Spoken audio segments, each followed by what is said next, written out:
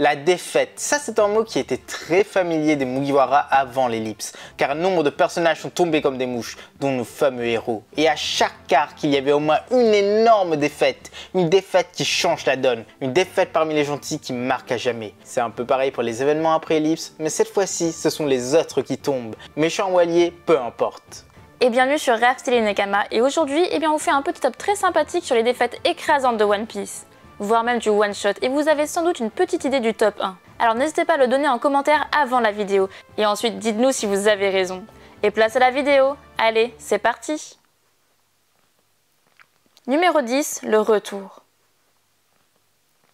Allons tout droit vers l'un des arcs les moins aimés de One Piece. Pourtant pour nous il est juste sous-estimé, il est rempli de mystères, il montre que One Piece ce n'est pas juste du combat, c'est réellement le début des mystères du siècle oublié, le fameux Skypiea. Mais juste avant, il y a un tout petit arc étonnant, Jaya, l'île des pirates. Depuis de nombreuses années, cette île est très mal fréquentée, même sous l'ère de Roger c'était le cas. Et au passage des Mugiwara, ce sont les hommes de Bellamy qui tiennent les lieux. Ils attendent ce qu'ils appellent la nouvelle ère, là où seuls les forts régneront. Et lors du passage de Nami, Zoro et Luffy, leur capitaine voudra montrer à ces nouveaux venus qu'ils n'ont pas leur place dans le monde des pirates. Et il attaquera de façon très violente ces deux-là. Il va les humilier et même leur cracher à la figure.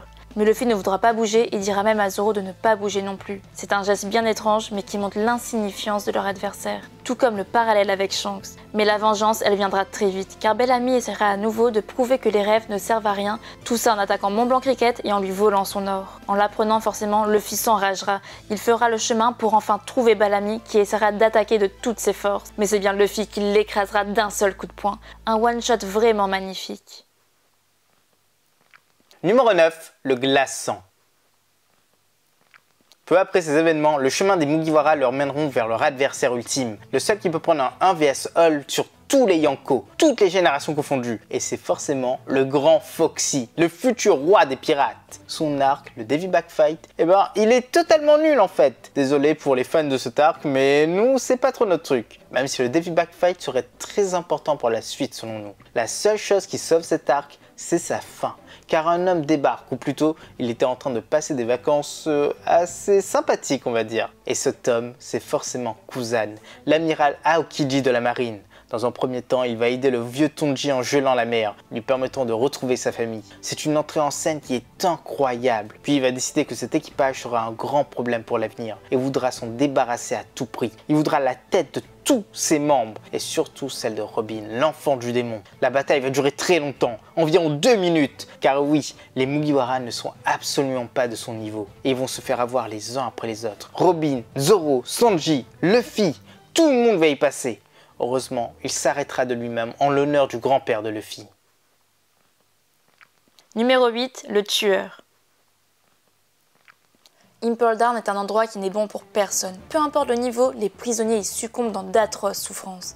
Mais surtout, le niveau 3 est méga flippant. Là-dedans, ce n'est pas du sable, mais de la poussière d'os. Et oui, de la poussière d'os. Il y a comme un petit souci, non? Les gens y deviennent tous fous, et les gardiens aussi. Shiryu est même devenu un meurtrier sur place, en fait comme tous les autres gardiens. Mais le pire, c'est bien Magellan, le dieu des lieux avec un fruit qui surpasse l'imagination. Et lui aussi, il tue à tour de bras. Mais personne ne lui dit jamais rien. Lorsque Luffy s'est infiltré sur place, il était inarrêtable, jusqu'au moment où il est tombé sur l'homme poison. Il a eu beau essayer, il a eu beau le toucher, le poison de l'adversaire l'a remporté. Et le héros a subi l'une de ses plus grosses défaites. Il est clairement passé à côté de la mort. Et c'est pareil pour Barbe Noire et son équipage qui ont failli être décimés par ce personnage incroyable. Numéro 7, le Némésis. One Piece est rempli de personnages avec des pouvoirs. Tous s'entraînent comme des forcenés et veulent atteindre leur but. La domination, la justice, la cruauté, la liberté, tout ça, ce sont des buts valables dans One Piece. Et ces pouvoirs, parfois, ils se complètent. Ou alors, ils s'opposent totalement. C'est le cas de nombreux feux du démon et ça donne du piquant à l'aventure. Ener en connaît un rayon là-dessus. Mais l'une des meilleures de l'œuvre de One Piece est vue à Marineford. Sur place, les Shichibukai se sont donnés à cœur joie et l'un d'entre eux s'est montré à la hauteur de son rang, le fameux Jinbei. D'ailleurs, le titre il a perdu sur place. Il présente sa démission à Sengoku. Il a combattu des ennemis surpuissants, dont le formidable Moria et son fruit des ombres. Et pour le coup, Jinbei il a one-shot tous les zombies. Il connaissait déjà le secret du sel, et enfin, il lui a démonté l'estomac. Jinbei, c'est bien l'ennemi naturel de Moria. C'est un homme poisson, c'est un homme qui contrôle la mer, et il a montré sa supériorité sur cet homme, mais aussi sur son fruit du démon. Numéro 6, la lumière. Sabaody. Cet arc a été l'anéantissement des rêves de plus d'une personne.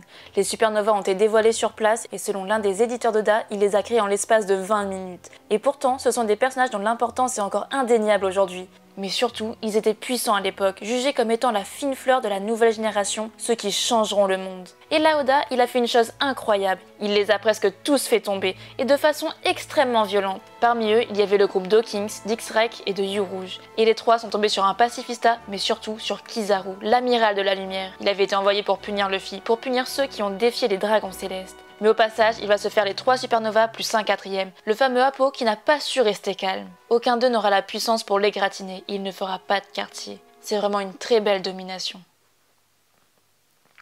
Numéro 5, la promesse.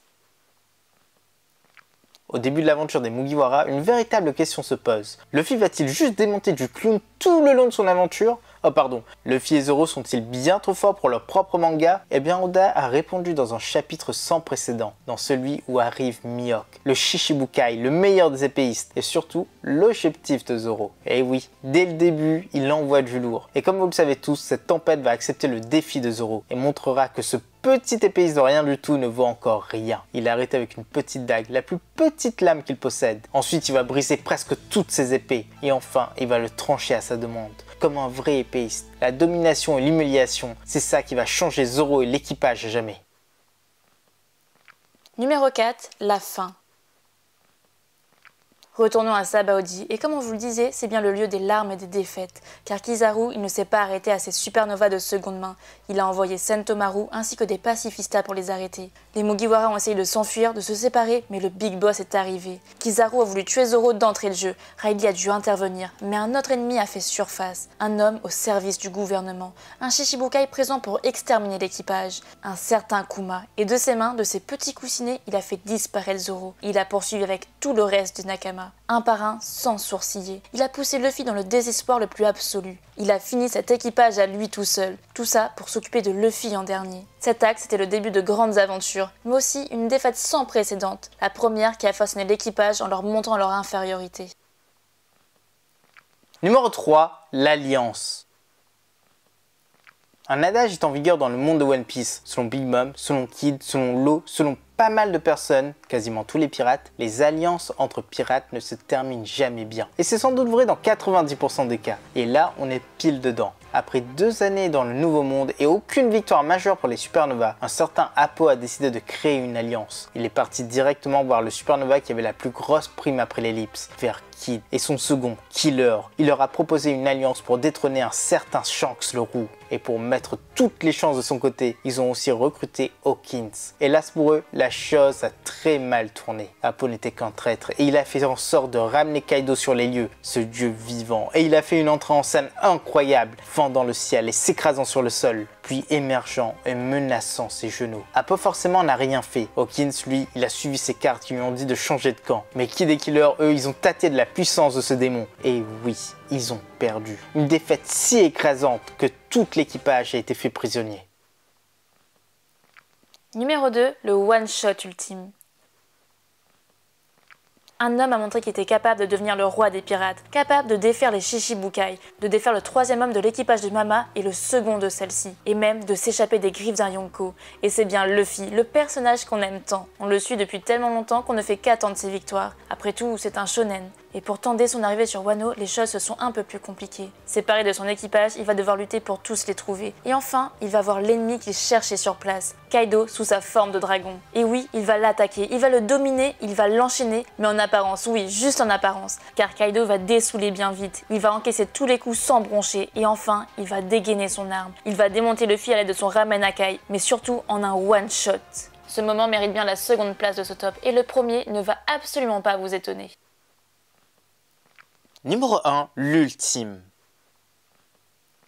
Pour le numéro 1 de ce top, il faut revenir pendant l'ellipse. C'est la période où tous les supernovas ont été actifs, à part Zoro et Luffy. Et Kid, il a fait énormément de choses. Il a essayé de prendre le Nouveau Monde. Il a essayé de le faire très vite. A-t-il réussi ? Eh bien non. Tout simplement car il a enchaîné les défaites. Et c'est bien ça le numéro 1 de ce top. Ses plus grosses défaites pendant l'ellipse. Personnellement, on adore Kid, mais ses défaites sont très nombreuses, tout simplement car il a essayé, il a tout tenté, mais sans jamais réellement réussir. C'est exactement la même chose que Luffy, mais en version perdant, en version non entraînée durant l'ellipse, ce qui est très malheureux. Et sa plus grosse défaite, c'est face à l'équipage de Shanks. Il a osé aller défier l'empereur, mais il ne l'a jamais vu. C'est l'équipage qui lui est tombé dessus, et surtout, ils l'ont dominé et ils l'ont écrasé. Il semblerait que ce soit Ben Beckman qui lui ait coupé une jambe et un bras. Et oui, la jambe également. Cette information a été donnée par Oda lui-même dans la post juste avant la dernière saga. Et là, Nakama, c'est un spoil, donc on est désolé, la vidéo est finie pour vous si vous n'êtes pas à jour sur les chapitres. Mais on vous invite quand même à laisser un petit like, à partager la vidéo et à vous abonner si ce n'est pas déjà fait. Très récemment, Kid a eu un moment de gloire, il a fait tomber Mama aux côtés de l'eau. Et ensuite, il est directement parti vers Elbaf, vers le lieu des géants. Et il a trouvé son objectif, l'équipage de Shanks.